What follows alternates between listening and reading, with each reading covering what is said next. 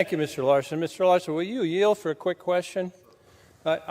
It's my recollection, I could be wrong, but I think it was in the year 2014 that you first came out with Social Security 2100. Am I correct in that? That is correct. So here we are, 10 years on.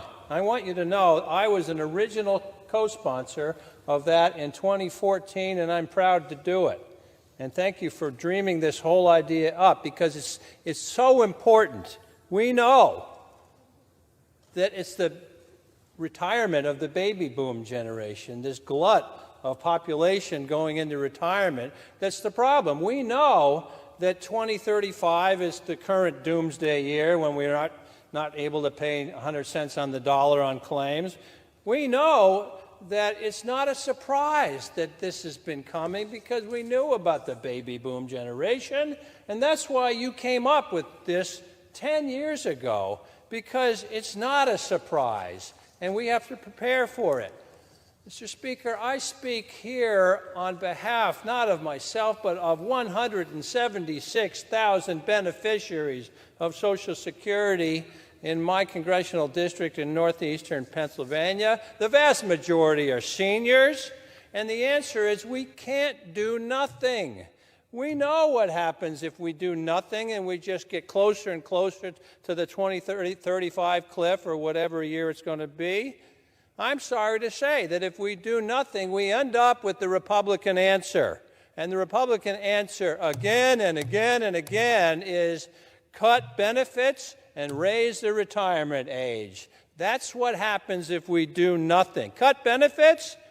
Cut benefits. This is a program that is one of the most successful government programs. It's not even a government program. It's an insurance program. It's one of the most successful things that government has done for American citizens in the history of our republic. We have kept millions of people from dying in poverty as seniors in this country. We know that right now, in excess of 30% of seniors receiving Social Security benefits have no other visible source of support. So you take it away from them, and they will die in poverty. We know that probably the most outrageous thing of all is it breaks a promise if you cut benefits. The promise was that you work your whole life, you pay in the premiums in your FICA, you pay in your whole work life, and you will be protected from poverty in your senior years. This would break the promise to cut the benefits. Raising the retirement age, it's already been described as a cut. It is a cut. It's a change. All of a sudden, you have to work longer and longer and longer. To those of us who fly desks for a living, that's not that big a problem. But there are people who have to lift and carry and climb and dig. And to make them do these things into their senior years just because we refuse to do anything about this impending fiscal cliff, it's not right, it's not ethical, and it's not American.